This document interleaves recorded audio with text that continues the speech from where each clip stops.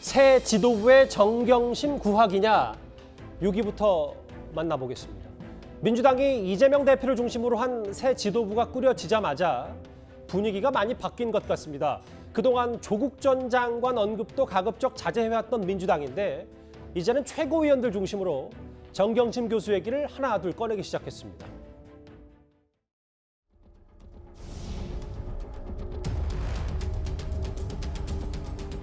치료를 위해 형 집행정지를 신청했으나 검찰은 이를 허용하지 않고 있습니다. 박근혜 대통령이 빠른 수술과 치료가 필요하다라고 해서 외부에 나가서 병원 치료를 받고 수술을 받을 수 있도록 조국 전 법무부 장관이 신속하게 결정한 바 있습니다. 당뇨를 이유로 이명박 전 대통령은 형 집행정지가 이루어졌지만 정경심 교수는 어떤 이유에서인지 가혹하리만치 형 집행정지가 이루어지지 않고 있습니다. 정치적 혐오를 벗기고 존엄한 사람으로 봐주시기를 간곡히 요청드리고요.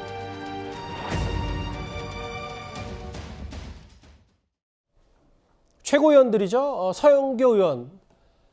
건강과 생명을 정치적으로 이용하는 윤석열 정권이다. 비열한 정치 보복이라고 했고, 이명박 전 대통령은 당뇨로도 형 집행정지가 됐는데 정경심 교수는 가혹하리만큼 형 집행정지가 안 됐다. 그래서 진짜 이거를 좀 큰 틀에서 보면 정경심 구학이라고 바라볼 수 있는 거예요?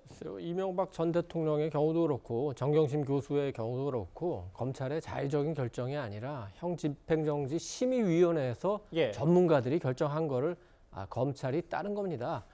그러니까 그 형 집행정지는 규정이 명확하게 돼 있어요. 7가지 요건이 있는데 70세 이상의 고령이라든지 아니면 본인이 임신을 했다든지 아니면 꼭 양육해야 될 어린 자녀가 있다든지 이건 다 해당되지 않지 않습니까? 딱 한 가지 요건 건강이 있는데 이거는 정말 생명을 위협받을 정도로 아픈 경우인데 전문가들 의사들이 보기에는 정경심 교수가 그 정도는 아니다. 많은 분들이 이제 형 집행정지를 신청을 할 때는 아이고 진짜 건강이 너무 악화돼서 진짜 치명적입니다 하지만 실제로 심의위에서 전문가들이 가보면 그렇지 않은 경우가 굉장히 많은 것 같고 지금 하반신 마비라고 이렇게 주장을 하지만 실제로 하지가 마비됐다면 어떻게 그 수용생활을 하겠습니까? 그 정도는 아닌 것 같고 그래서 전문가들이 판단한 것 같고 추후에 무슨 이제 건강이 정말 악화돼서 정말 그 규정대로 그 생명의 위협을 받을 정도나 이렇게 치명적이거나 되면은 그때는 다른 결정을 할 수 있지만 현재로서는 그 규정에 따라서 심의위원회에서 결정한 걸로 봐야 됩니다. 근데 이게 한두 명이 아니라 조수진 의원님. 네.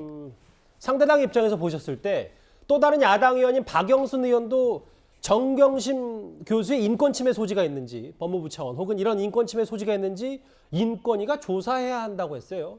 앞서 제가 드린 말씀처럼 최근에 조국 전 장관에 대한 언급도 가급적 자제했던 민주당인데 좀 어떻게 크게 한번 해석할 수 있을까요? 우선 더불어민주당은 여전히 조국의 강을 넘지 못했다. 저는 그렇게 봅니다. 8월 28일 그러니까 지난 일요일에 새로운 지도부가 선출이 됐는데요.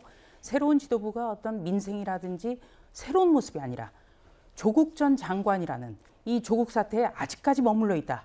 이렇게밖에 볼 수가 없고요. 또 이도훈 논설위원께서 설명을 했지만 이 형 집행정지 심의위원회 이것은 여러 전문가가 포함이 됩니다. 그래서 현장 조사 결과도 보고요. 또 의료자문위원들의 의견도 수렴을 합니다. 또 정경심 씨 같은 당사자가 낸 자료도 분석을 합니다. 그렇다면 정말 현저히 건강을 해치거나 정말 풀려나지 않는다면 생명을 보존할 수 없는 경우에 해당이 된다면 풀려났을 거라고 저는 봅니다. 새롭게 지도부가 결성이 됐는데요. 이런 형 집행정지가 절차가 있음에도 불구하고 비열한 정치 보복이다. 이렇게 주장하는 것은 이것은 아무리 야당이라 하더라도 이거는 좀 너무 나갔다. 야당도 근거가 있고 객관적으로 주장을 해야 어떤 국민의 신뢰를 받을 수가 있거든요. 그리고 인권 침해 조사를 요구한다. 지금 형 집행 심의위원회가 객관적으로 분석해서 발표한 것이고 그것을 검찰이 받아들인 것이죠. 일단 더불어민주당에서 이렇게 쟁점화를 했기 때문에 좀 추이는 보겠습니다만 공세는 사실에 입각해서 해야 된다는 말씀을 좀 드립니다. 이승훈 변호사님, 민주당 새 지도부의 이런 정경심 교수 관련 언급 말고 그냥 원래 본론대로 가면 지금 어쨌든 허리디스크 치료를 위해서 형 집행 정지를 신청했는데 이걸 허락하지 않았다. 법적인 부분에서도 뭔가 정경심 교수가 진짜 억울하다고 보시는 거예요? 실제 이제 뭐 집행부에서는 법적인 문제 또 판결 결과에 대해서는 전혀 이의를 제기하지 않고 있고요. 예. 다만 건강상의 문제는 인권의 문제이고 건강을 해칠 현저한 우려가 있을 때에는 형 집행정지를 하고 수술을 받게 하고 건강상 치료를 하는 게 원칙이에요. 그런 측면에서 정경심 교수가 디스크 파열이라든가 허리 협착증으로 하지에 좀 마비 증상까지 오고 있다고 하니까 좀 이런 건강상의 상태를 넓게 볼 필요가 있거든요.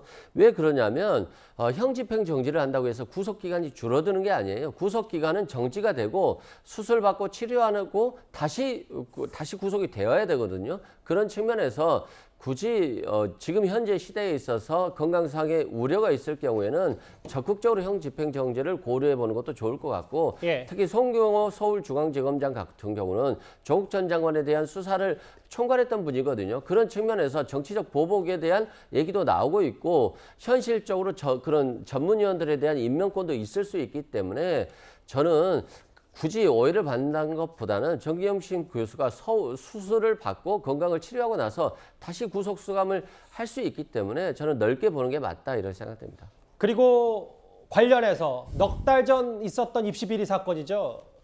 부산대 의전원으로부터 입학 취소 처분을 받은 정경심 교수의 딸 조민 씨가 이를 뒤집을 법률 서면을 법원에 낸 것으로 뒤늦게 알려졌습니다. 속보주.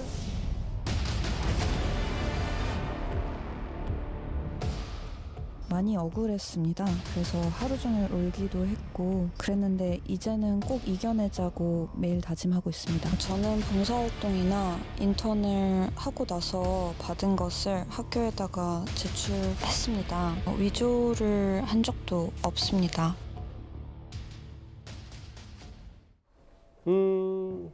조민 씨 얘기가 뭐 끊이지 않고 나오는 이유가 알려진 얘기로는 법률 서면을 제출했다. 입학 취소를 결정한 부산대 판단 위법하다. 이 얘기를 했다는데 법적인 내용에 어떤 뭐 불복과 반박을 한 건지 서정욱 변호사님 쉽게 좀 설명을 해주세요. 결국은 이제 그 조민 측에서요. 예. 세 가지 주장을 한 거예요. 어허. 세 가지. 첫째는 이제 그 신입생 모집 입시 요강 있잖아요. 입시 요강인데 그 법적인 효력이 없다.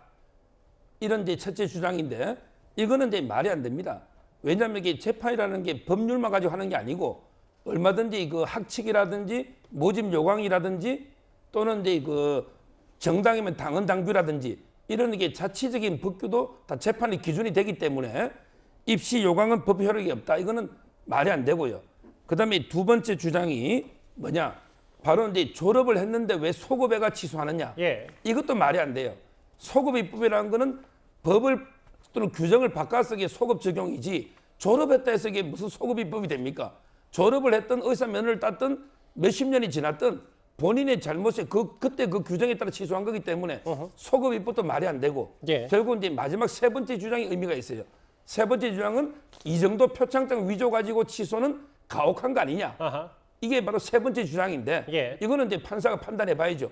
왜냐하면 이게 7대 스펙을 위조했는데 이게 입학을 취소할 만큼 중대하냐 아니냐 이걸 이게 주 심리하지 않을게는 보입니다. 글쎄요. 오늘 민주당의 새 지도부가 정경심 교수의 인권 얘기를 언급하고 있고 조민 씨도 나름 법적 대응을 다시 시작하는 이런 모양새인데요.